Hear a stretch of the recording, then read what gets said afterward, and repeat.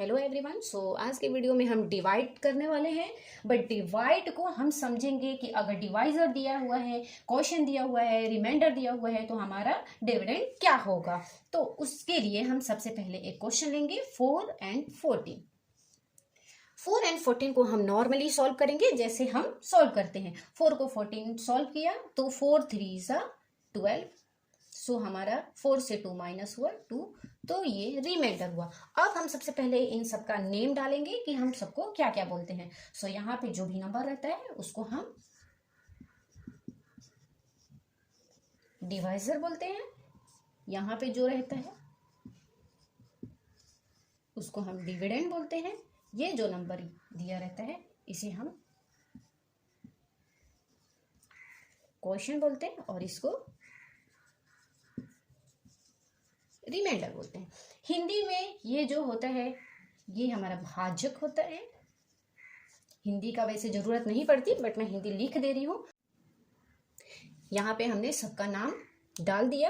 अब इसे हम सॉल्व करेंगे कि अगर कोई 3 नंबर दिया है तो चौथे नंबर में आंसर क्या आएगा। ये तो हमने क्वेश्चन सॉल्व किया तब जाके आंसर बताया। हम अगर मान लीजिए यहाँ 14, 3 और 2 दिया है और यहाँ क्या होगा उसे हम कैसे फाइंड आउट करेंगे।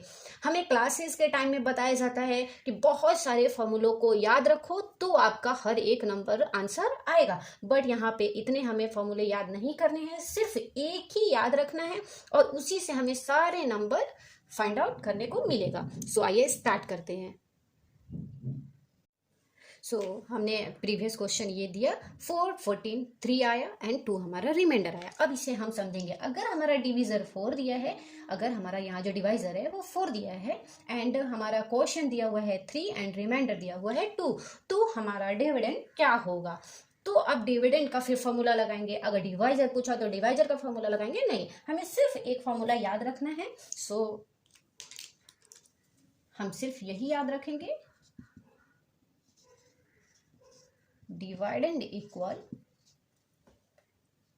Divisor into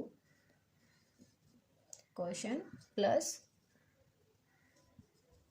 reminder. बस हमें इतना ही याद रखना है, इसी पे हम सारे क्वेश्चन को सॉल्व कर देंगे।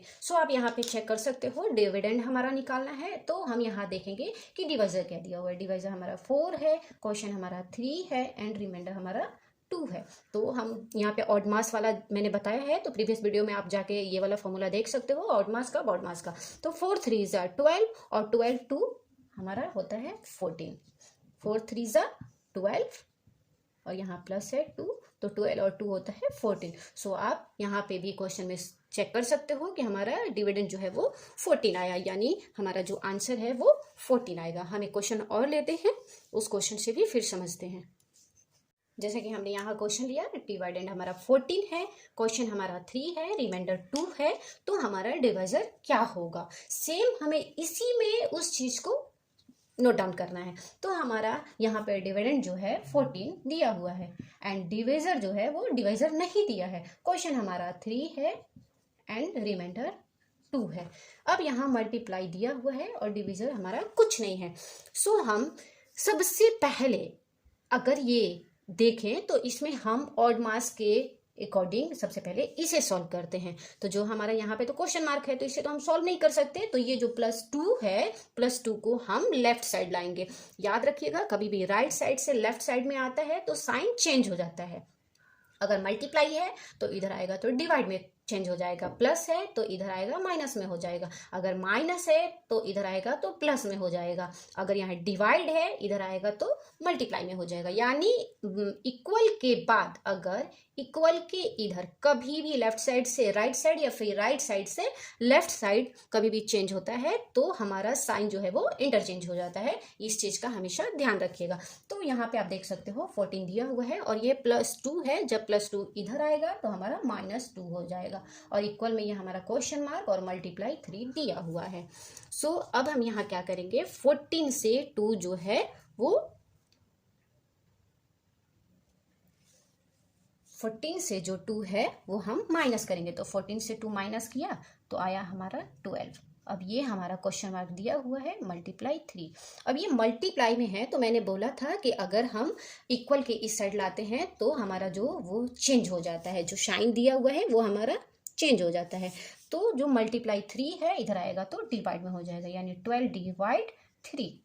और ये क्वेश्चन मार्क हमारा दिया हुआ है। क्वेश्चन मार्क याद रखिएगा कि डिवाइजर का है, तो 12 3 जब डिवाइड करोगे तो हमारा आ जाएगा 4। सो हमारा जो डिवाइजर है वो आंसर आया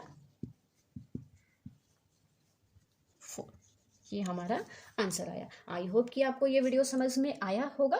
12 को 3 से डिवाइड करना है, यानी 3 के टेबल में 12 देखेंगे कितने टाइम्स में है, तो 4 टाइम्स में है, तो ये हमारा आंसर हुआ।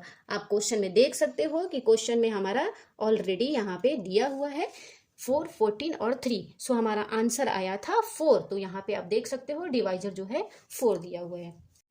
एंड सेम ऐसे ही अगर डिवाइडेंड दिया हुआ है, डिविजर दिया हुआ है और क्वेश्चन नहीं दिया, रिमाइंडर दिया हुआ है, तो हम सेम उसी तरीके से क्वेश्चन को सॉल्व करेंगे। मैं इस पे एक वीडियो और अपलोड करूंगी, सो आप लोग देख लीजिएगा।